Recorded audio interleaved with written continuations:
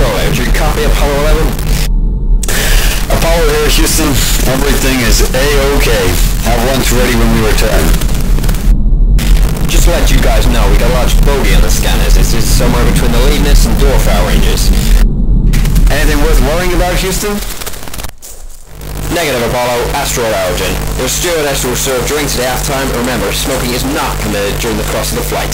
Have a nice day. Houston out.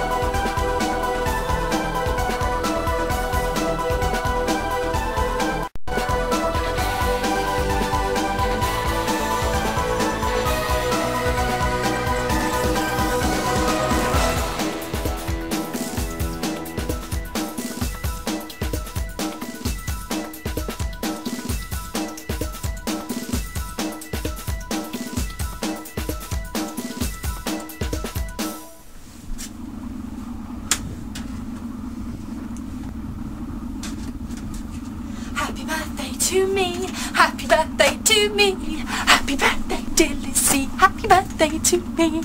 Yes, that puts you near 30 then. Steve, I'm only 20, that's not fair. And before you say anything, don't you dare say anything about a horde of seagulls. Seagull? What? Oh, never mind. This technology showers me. I should be piloting within the next couple of days. What? Steve, did you hear what she just said? Steve, did you hear what she just said?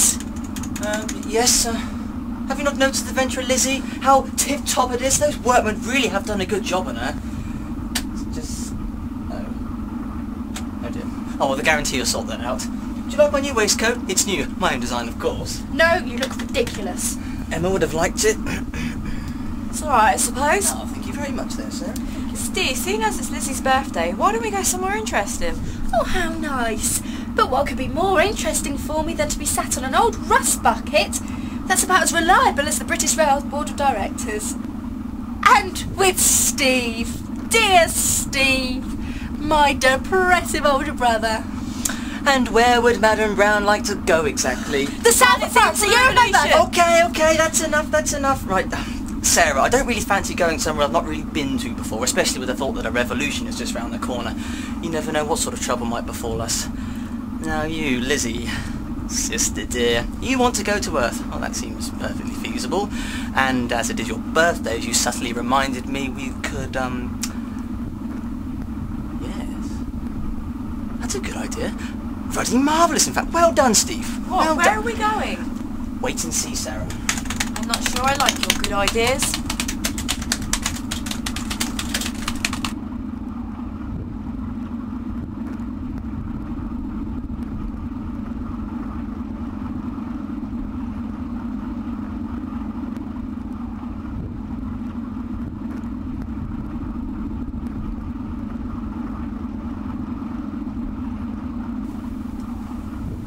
I thought man's first step on the moon would be an adequate and fulfilling destination for the birthday girl. No one other than the astronauts would have seen Earth from this location. Oh, Steve, that's great, thanks. Moon? What's the moon? It's a satellite. It's a rock that orbits around my home planet, Earth. It's thought to have been created when Earth was in its infancy, about 4 billion years ago. It was hit by a larger body planet called a planetesimal, and they're said to be a strong link between the Earth's mantle and the surface of the moon. Ah, I see. Stephen, Lizzie, Sarah, please adorn spacesuits before leaving the Venturer. This rock has... Yes, thank you, Robo. It doesn't take a genius to deduce that the lack of gravity will have a drastic effect on our bodies. But it does take a real genius to figure out how to use a zip. Oh, for goodness sake. He's suffering a lot since Anna left. Does he miss her much?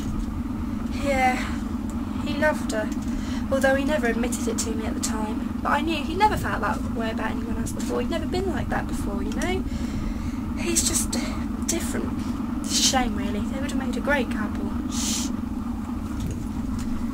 Do you think my bum would look big in this? Come on help me get changed. It's so unfair. You are aliens, all you need is blooming breathing apparatus. I have to have the whole kit and caboodle.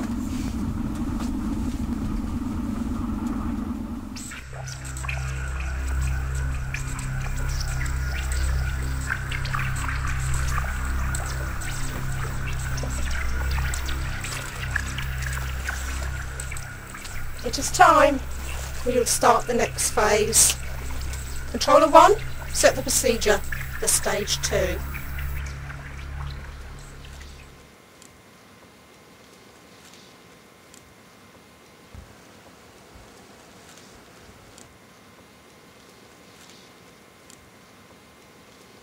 Oh, Steve, this is wonderful! Impressed? It's the best present I've ever had. It's like a dream come true. Emma would have loved this, Steve. Would she?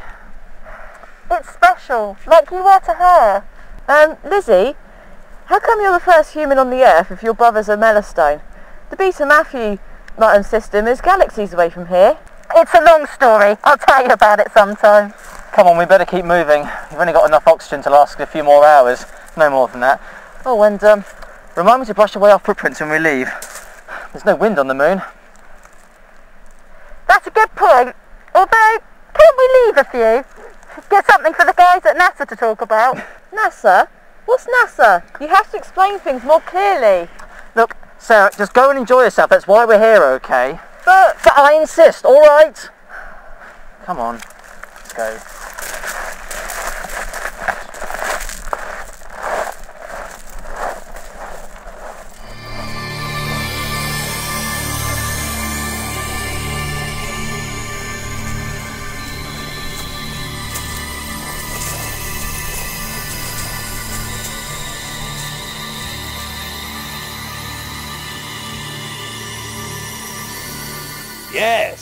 Yes, Mr. President, everything is on schedule, sir. Yes, sir. No, the television broadcast is all prepared. I spoke to the Australian government this morning, and they say everything is ready to go on our signal. No. There's no hitches. Not our end. Well, the lunar landing will happen, and the world will know that you have honored J.F. Kennedy's promise of an American on the moon before the end of the decade, sir. Yeah, that I will, sir, yes. Well, I'm looking forward to it as much as you, sir. Thank you, sir. Thank you. Yeah. Goodbye, Mr. President. Goodbye, sir. One more, Hope, then we'll move on to another patch. I will report to Neutralia. Citizen H reporting to Neutralia. Citizen H, have you completed Sector 7? Yes. Should we move on to Sector 8 immediately? How is your oxygen level? We have enough for one more sector, citizen. Most pleasing. Carry on, Citizen H. Good work. Zan, help me move the equipment.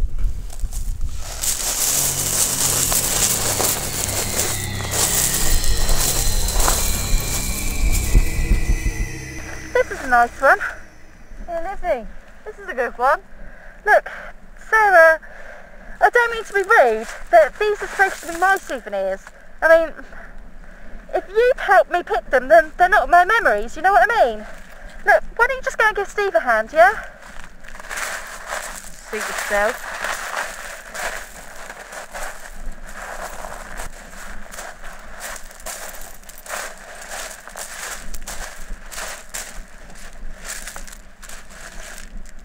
Did Lizzie send you over here? I thought as much. It's beautiful, isn't it, Sarah? As beautiful as Emma, hey? What?